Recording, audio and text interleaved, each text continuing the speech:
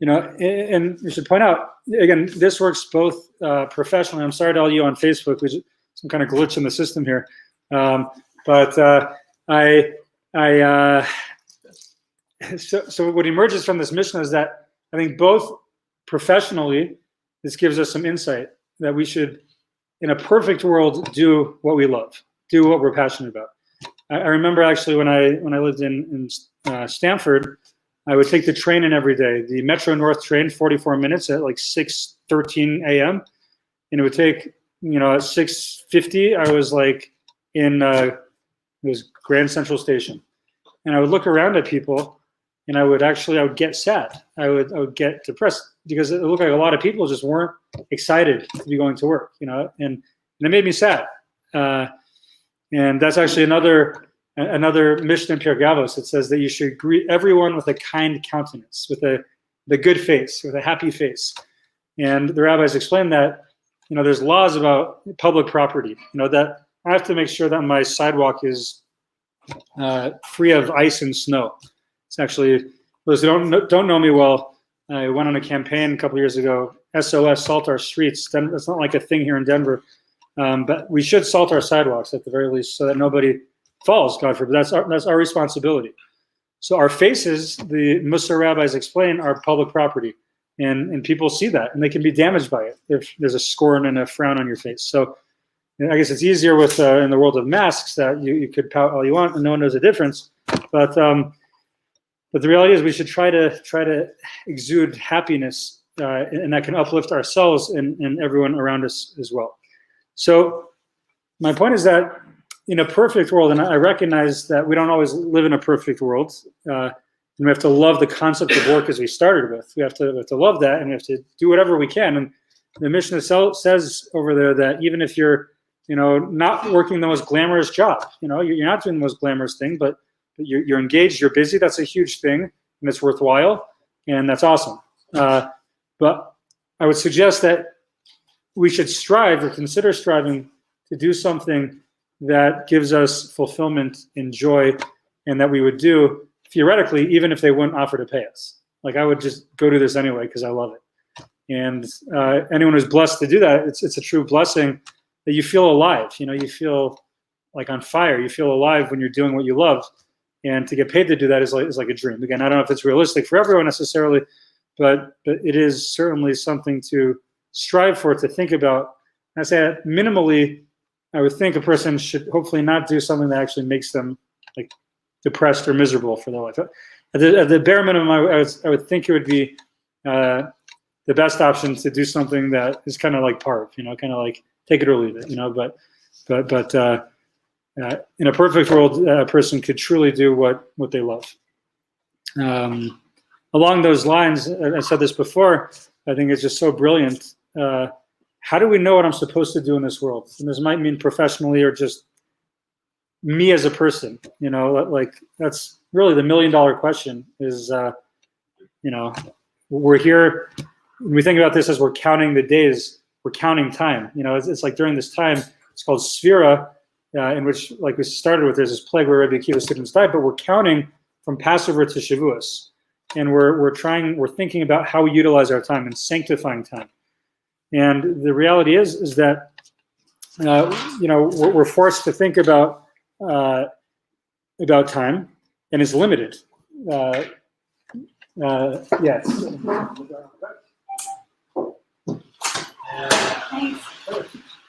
So I have some food. So I'm a vegetarian. Okay. So the Rabbi Sachs says, and this, like, when I first heard this, it just blew my mind, because my wife, our family had actually thought about, after being in Denver we were in Albany as a campus couple. We worked on campus for H New York, and we thought about going to Israel after that. We wanted to make Aliyah. We wanted to. Something that one said. Can't talk. Oh, cool. I'm gonna get to this. Okay, cool. So, just real quick. So we were intending to move to Israel after 3 years. My oldest kid was in kindergarten.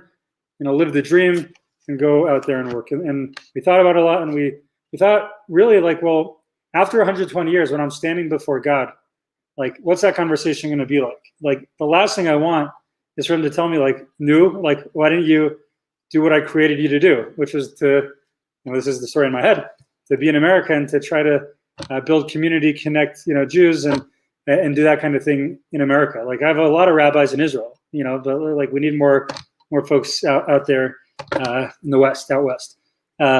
So that like scared me, So I spoke to a great rabbi in Philadelphia, Rav Shmuel Kamenetsky, and he suggested that we actually consider staying in America. He thought that would be the best option for us. And, when we first moved here, it was like a big question, like, did we do the right thing? It was like, I didn't know. And then I saw this line from Rabbi Jonathan Sachs where he said, where what you want to do meets what needs to be done, that's where God wants you to be. So where your passion aligns with a need, like a need out there, that's probably the place that God wants you to be. So that was very validating for us, and we never really thought, turned back since we thought about that, because everything that we want to do and love doing seems to match a need, and we're delighted and blessed to to be doing what we do. Along these lines, and then we'll just finish. So we have a great question here. Right. So if God gives us our money, and we believe in Rosh Hashanah, it's like decided everyone's salary for the year, what it's going to be. Why can't we pursue only jobs that we love and expect the same income? Right. That's a great question. Like, God's running the show anyway. Why can't I, follow my dream to do X, and make the same kind of money that I was destined for anyway, which if I'm an accountant or a lawyer but I really love, teaching, or I don't know, being working in a hospital or whatever it is that a person might do, whatever it is, it's probably going to come out to the same anyway, right? So that's an excellent question. And I think that there's something in life, and I don't know if this will answer the question really, but there's something called hishtadlus or hishtadlut and bitachon, and trust in God. That trust that God has a plan for me, trust that God, that everything is going to be for the best, that He has a specific game plan for me. And at the same time, there's this concept of I have to put forth effort. So I can't, stay home all day and just be like, I have trust that God's going to take care of me and I'm going to figure out the money thing, and I'm just going to watch my TikToks all day. I trust God. I'd be tough on that God's going to make that work. I have to, it's incumbent on me to do a hishtadlus, to put forth my best effort to unlock that gate for my income to come down. I have to unlock that gate by putting forth my effort. So, but keyword pursue. I think I'm kind of getting where you're going, but pursue hishtadlut. The keyword hishtadlut, right? You have to do your hishtadlus. You have to. So I think that a person has to put forth the effort in the skill set that they have, and the passions they have, and the interests they have, and they have to put their best foot forward to achieve the income that we're destined to get. So it would be irresponsible for me, I don't know, irresponsible, but it would take a lot of guts, I would say, to step away from something that's a steady income to do something where there's no clear path of income and just rely that God's going to just hook it up. Now, we rely on God, but we have to go in with a plan and do our hishtadlus. So of that, okay, thank you. Okay, so the last thing I want to mention, my wife, I see the van coming in, so that means we're about to swap out. The last thing is that that's again on this level of it's all about the profession. Ideally doing something that you love, doing it as if you wouldn't even get paid. But the real Mishnah, it is talking about our relationship to God, right? Our Judaism, our spirituality. That there's two kinds of approaches, right? There's actually positive commandments and there's negative commandments. And the positive commandments, generally, the way that I'll be motivated to wake up tomorrow and to study Torah, to put on my tefillin, to do the positive commandments, I'm only gonna get motivated to wake up early in the morning to do that is out of love of God and my relationship with him. And that's really the preference. It's like when we think of Judaism as this relationship, Sarah just walked in, she asked me to, do something in the morning, she asked me to, take out the trash or to set the table. Like, I'm going to wake up early in the morning. I'm not doing that because I'm like scared of her. I'm doing that because I love her and I want to make her happy and I want to connect to her and do that which she had asked me to do, to deepen that connection and that relationship.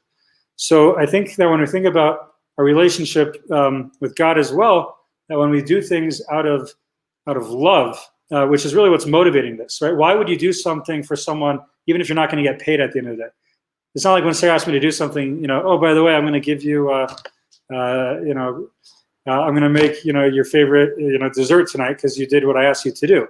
That's like not how it works. Like, she asked me to do something in a relationship and I do it because I love her and I want to connect to her. That's it.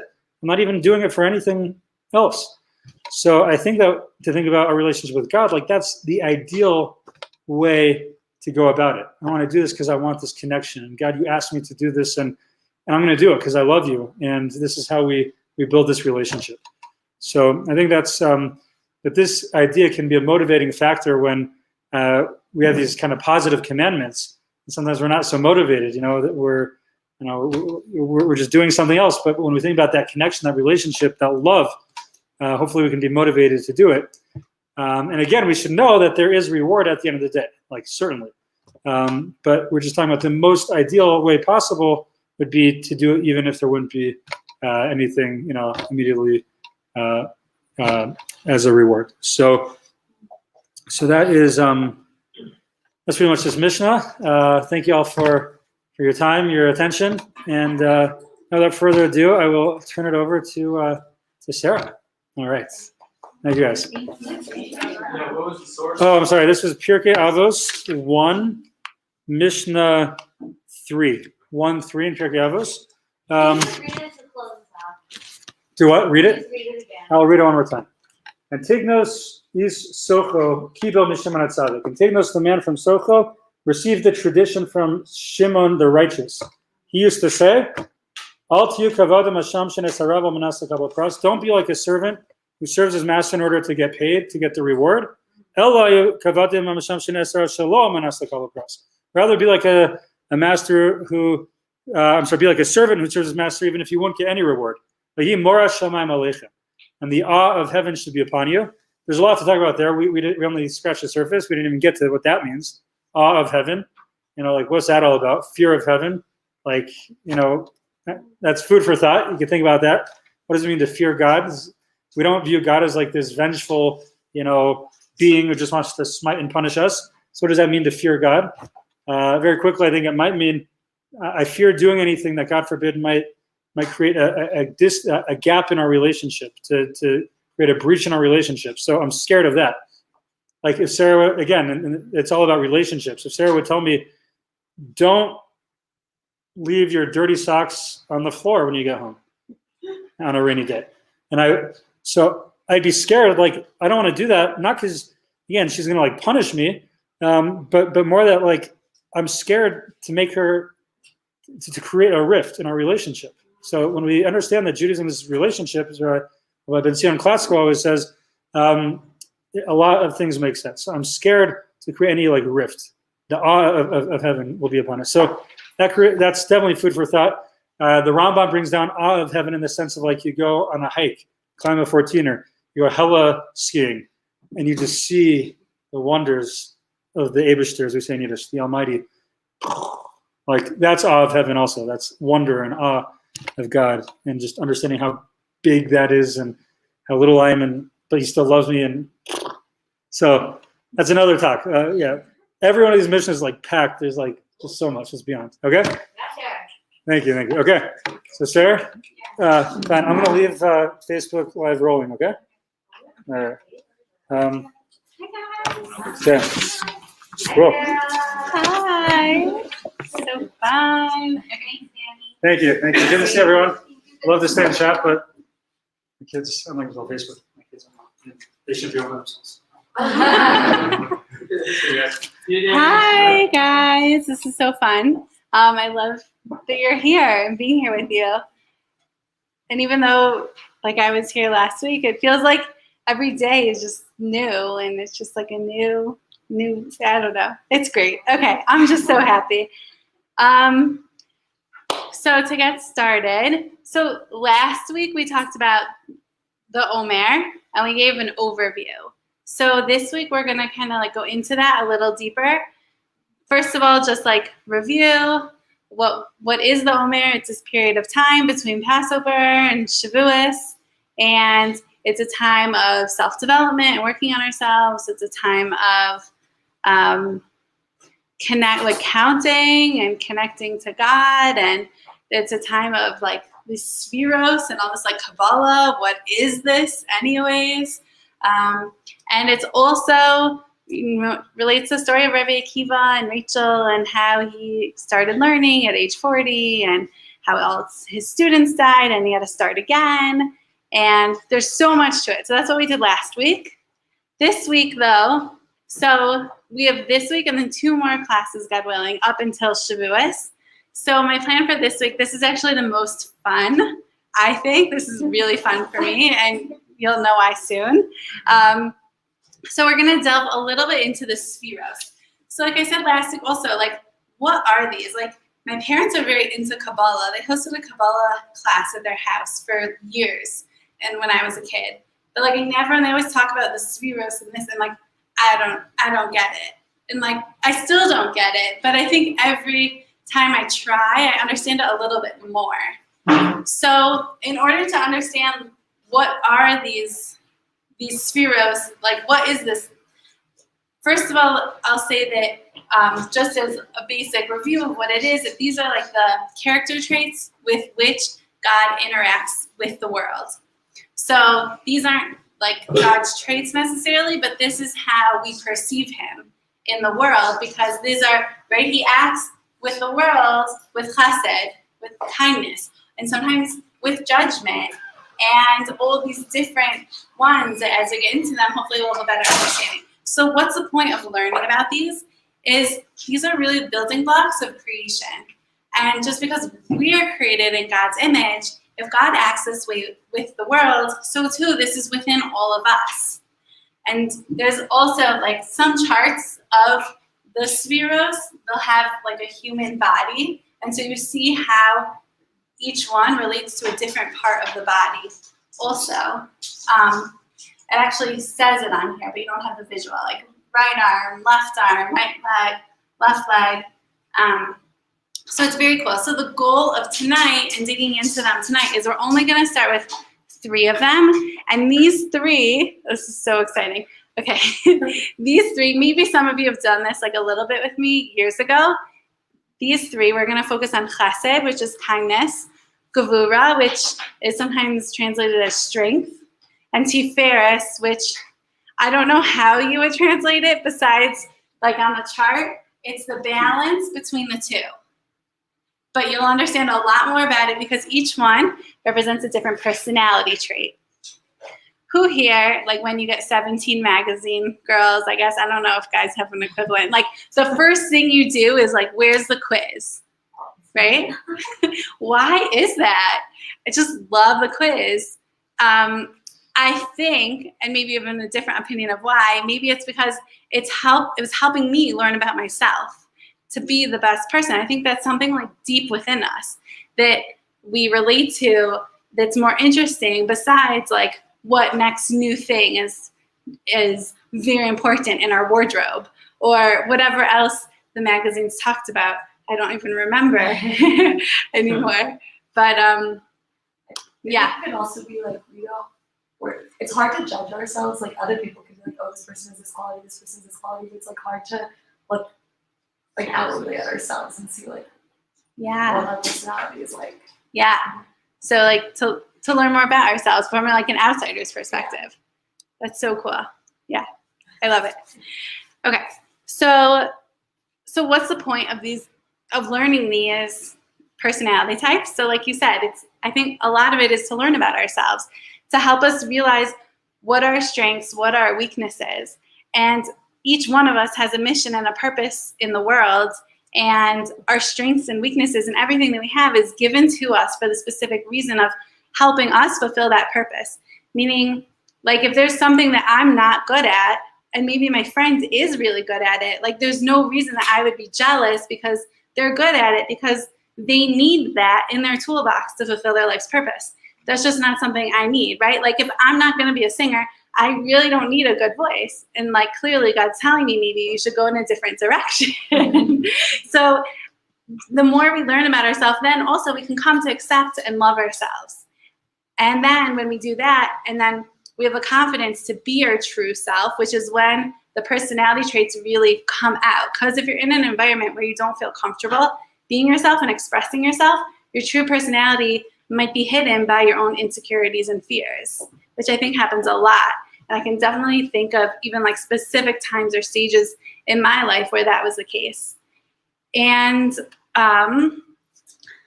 and then the more we love ourselves, the more we can love other people, right? Love your neighbor as yourself. So you have to know how to love yourself. But also, once you can practice that skill of identifying your own traits and seeing like your strengths and weaknesses and seeing what, and seeing them as God-given, not like you don't hate yourself because of your weaknesses. No, you accept that that's how it's meant to be. That's what you're given. So too, you can look at others that way and be like, oh, that friend, she's just not good at coming on time. I'm not going to hate her for it. I know it's nothing against me. I'm just going to accept her for it and love her and see what are her strengths. And through this system, I think it really helps do that. This is all based on a book, which I love this book. It's called A Book About You.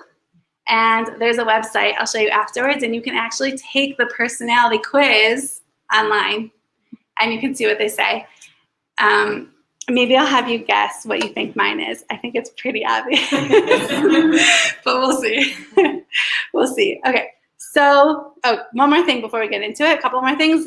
One is that everyone has a primary trait and a secondary trait, and everyone's balanced in different ways. Some people might, if you look on the quiz, your numbers might be pretty balanced, and some people are going to be very off balance.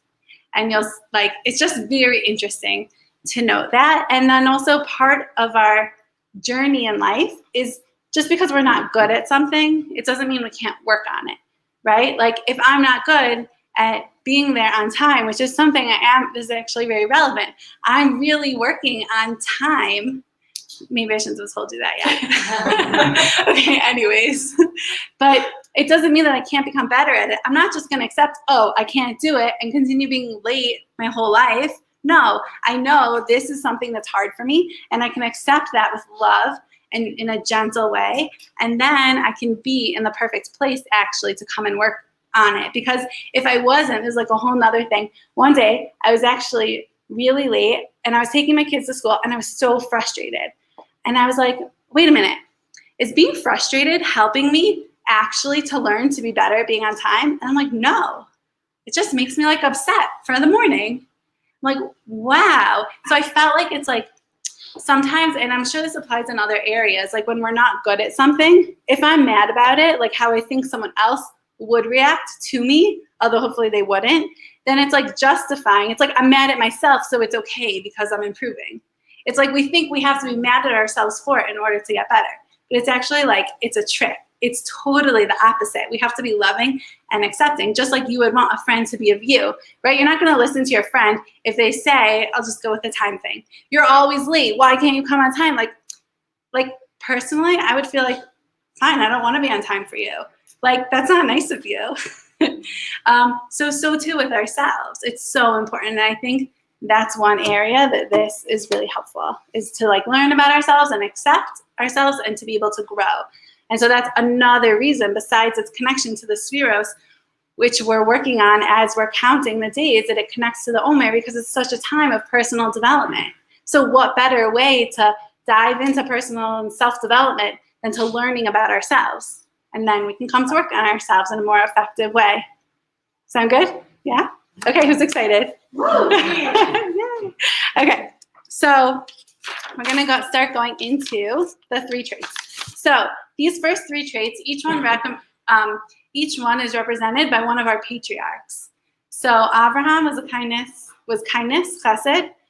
Yitzchak was gevura, this like strength, and then Yaakov, who was the grandson then of Abraham, took this trait of his grandfather and his father and brought them together into like this perfect harmony and balance. Okay, so how do these apply within us?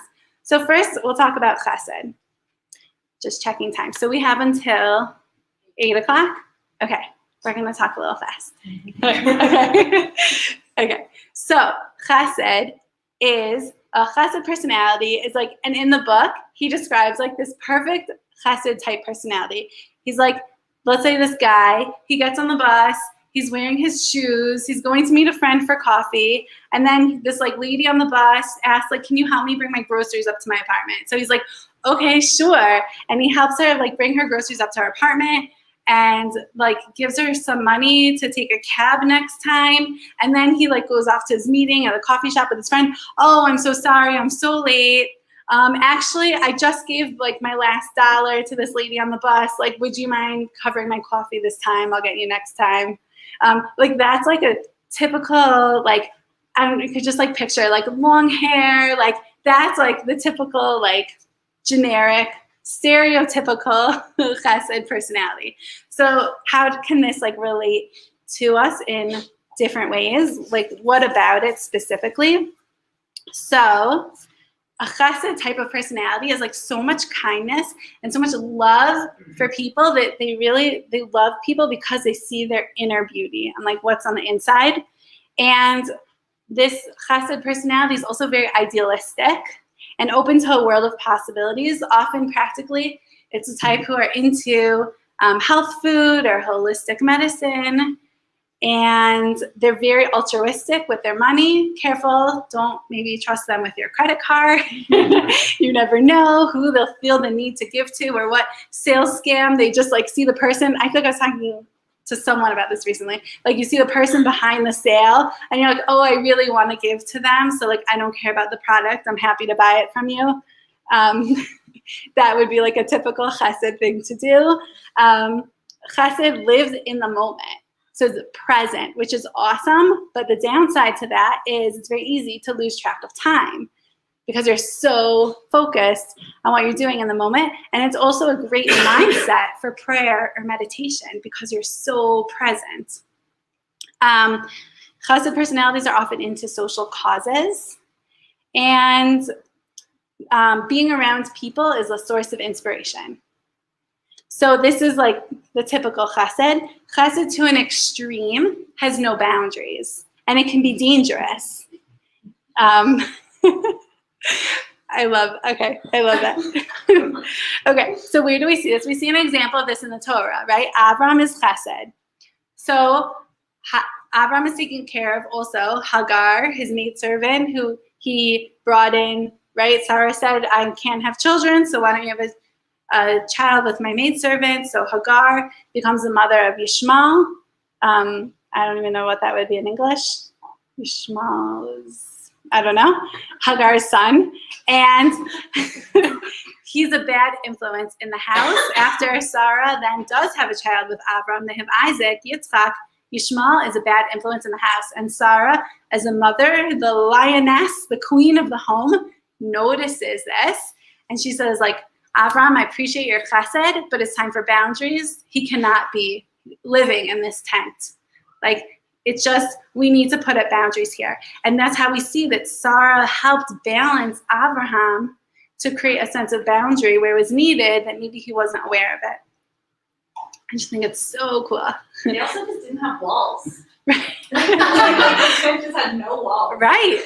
Zero boundaries. Yeah, exactly. Like, it's so... I love that. Yes. Yes. They have separate tents. Separate tents. Yeah. Yeah. It's like they were like their tents to each other. Right, where they face. Yeah, it's all boundaries, like the openings of the tents, for sure. Yeah. So chesed has a hard time creating boundaries. I'd say if you're a chesed, don't be so open-minded that your brain falls out. It's like, because chesed could be that, especially in the extreme. Be careful about new exciting plans where you invest your energies into. It's important to try to stay grounded and focused. And yeah, you got it, okay? Fine. So I'm just laughing at how much time I talk about chesed, and I'm like interested in how much time I'll give to the other ones. Okay. Okay, so gevura is next. So if you look, chesed is actually the right arm, and gevura is the left arm. So they're total opposite sides of the body. Interestingly, I don't know exactly where this comes from, but I remember learning this before in like energy sciences, energy healing. I don't even know what you would call it, but the right side gives and the left side receives. So like if you're holding someone's hand and you want to give them energy, maybe this is very like hippy drippy stuff, but you let them hold your right hand if you want to give them energy, give them a boost. And if you need to receive energy from them, you give out your left hand. So I think it's just cool how it like correlates here. I don't know, it's just interesting how it's all connected. It's not like a Torah thing necessarily, but some sort of energy thing. Okay, so next is gevura. Gevura means strength and fortitude. A gevura is very good, like total opposite, is sets limits and has self-discipline. There's an in Pirkei Avos, which you were just learning. It says like who, I can't even think of that part of the phrase, but who is strong? One who can conquer his inclination. And it comes from this gevura, this strength. It's because you have self-control and control over your desires and discipline. A gevura person is careful about the management of money, and they very much want to see justice in their lives, right? Whereas a chesed like wants to see kindness. Like I might not put the kids to bed on time because like, oh, like I just like have like they're being so cute, they're having so much fun. Like let's let them play a little longer. Gevura is like, no, like there's boundaries, there's justice. This is what's good for them. It's a bedtime. It's structured. Total opposites. You start to recognize it in each other for sure. A gevura person can wake up early, even when they're tired, because you have very strong inner discipline. And a gevura type does not give up on projects before they're finished. You see things through to the end. They're more concerned about doing what's right than self-expression. And they appreciate formality and order. Okay, gevura in its extreme sense could be becoming a workaholic. Interestingly, there's an article. Does anyone else get emails from H.com? Yeah? So Sure is what it says it out. pretty much, one day. So the head article on the most recent email, I just saw it this morning. It was about someone who like was fighting for their life after a heart attack. I didn't recognize the name, but I think it's someone famous. And this whole like thing went viral about what they would do to like their regrets or what they want to do to change their life, like how they want to focus more on family. And then in the article, it referenced someone else who was like a big CEO somewhere. And as they were dying, his like last 3 words were, "I blew it." Because he spent so much time in his work and building. One of them was a CEO of Walmart. I don't remember which one. But it was so successful and worked so hard with such discipline, but they missed out on some of those chesed aspects of life where they could have spent more time making relationships and with their family and their friends. So it's gevura in extreme. Also, one result of being like very gevura is not allowing open time to self-reflect and to just be like everything's very scheduled. Also, a gevura person could be so sensitive and like so focused on the job that they're not sensitive to people's feelings along the way. Do you ever like work with anyone or like see someone like that? Like that comes down. Like, see, then you see someone who's like that and you don't have to be like, oh, they're so inconsiderate. You can be like, oh, you're so gevura. Like, it's just like a whole new appreciation for that person. Because you see like what they're given and so sometimes I feel like putting things in a box can be helpful. Generally I say no, but like I think this is The opposite. Okay. And also Gevura could sometimes be so obsessed with accomplishment that there's no time or energy left for spiritual pursuits. Obviously none of you, because you're all here right now. At least not to that extreme. Yeah, so that's Gevura. Any questions before I go into Tiferes? No? Okay, we're good. Wait, Yeah. Patriarch? Oh, Yitzchak. Yeah. Yeah. So what's his connection? Yitzchak's like prayer. It's interesting. There's some connection there. I don't know specifics. Okay, what I read Yeah, tell me. I'm gonna get water while you talk. is that so Yitzhak was literally bound, right, by his father, to be a sacrifice. He is like the epitome of boundaries. He's the epitome of working. I mean, he didn't end up being sacrificed, but I think from that experience, he became really dedicated because his whole life was this idea of being bound to God. So that's a little bit that I read. Yeah, that makes so much sense. Thank you for bringing that in. I love it. Okay, so what's Tiferes then, right? Does it seem like kind of obvious? Maybe it's a little. You'll see how it's different, right? Because it can't just be a less extreme chesed or a less extreme gevura. Like it's its own thing right here in the middle. Okay, so what is it? First, I'm just gonna paint the picture of a typical Tiferes person. Is he's walking around totally in your thoughts, not paying attention to what's around you, shirt untucked, disheveled, tape on their glasses because it's not a priority, they don't have time to fix them. That kind of mad professor type that's just, right?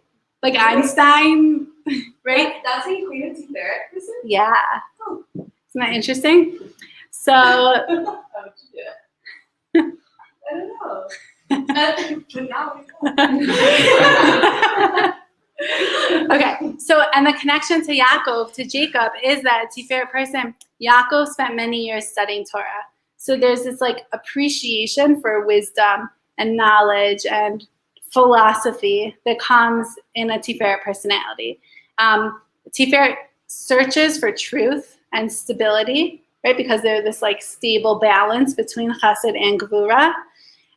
It's represented by the Hebrew word emes, which means truth. I love this quote. My Omer counter just came up. How fun, it's all connected. Okay. He lives in his mind amidst fascinating philosophical discussion and is deeply bothered when things do not make sense to him. So he appreciates Torah, science, nature, studying all of these, just learning all of this. That's a Tiferet. Medicine, mental health, to understand the inner workings of man, could be technology, engineering. Tiferes has a sort of creativity that's very out of the box, but very realistic at the same time. And it's actually, Tiferes is great at helping companies create strategies because they have that sort of creativity. They're also the first to reject social pressure. They just think for themselves. They're only interested in sometimes they're looking for truth. Wherever they hear it from, they're looking for truth. And they're open to spirituality, and they have deductive reasoning and can see the creator within his creations. It's just so oh, yeah, that makes sense, because that's their head. That's the world, how they're viewing the world. Okay, so it sounds amazing. What's the risk? An extreme Tiferet personality keeps all these ideas in their mind and isn't moving any actions into their heart. So it's all intellectual based, nothing yeah. Okay, here's just another great quote. They see their mind as a destination of its own and begin to lose awareness of the world around them. So much so that they might neglect basic necessities. Another warning sign with Tiferet is be careful about arrogance, because if you realize how smart you are and how much you understand life better than most people, it's likely to begin to feel superior to others. can lose, and a person can lose objectivity when the ego gets involved. It's something to be very careful with. Okay, fine. So that's Tiferet. We're at 8:02, but think about what you are. I'm gonna put up the website so you can all, you put in your name and your email, and then I forget if he emails you the quiz or how it works exactly, but it's really fun. You can see like what your balance is. Like, what do you guys think I am? I think you told us. It's too obvious. I can't hide it. Immediately. I can't hide it. What do you think is my secondary trait? Yeah, totally. So it's interesting. I went back. I wonder if it's changed over the years. Like, I want to retake the quiz. But when I first took the quiz a couple of years ago, so my numbers were 122 chesed, 20 tiferes, and 10 gevura. So it's like very extreme. So I'm very curious if I've like balanced out over time at all or not. But I think it'll be interesting to see. Yeah. Okay, fine. So I'm going to stop there because time is up and I'm going to be careful about time. And next week, God willing, we will, oh, thank you. Thank you. Oh, that's so hard. That's awesome that you're here though. That says so much. Yeah. Next week, God willing, we will just go back into this and maybe we can look at our spaces and you can see like how your space also represents your personality. And then we'll take that, God willing, and we'll go into and try to better understand the other ones that I think are a little bit deeper and harder to understand. But hopefully having the base of these three and really understanding them because we can relate to them or not relate to them ourselves, it'll help us go deeper in that. And then my plan is we'll go like, we're working towards Shavuos. So we'll talk about like what that aspect of the Omer means. Can I just see a raise of hands first? Because I'm so curious. Who thinks they're chesed? Sure, it's 500%. Who thinks they're gevura? And who thinks they're tiferet? So interesting.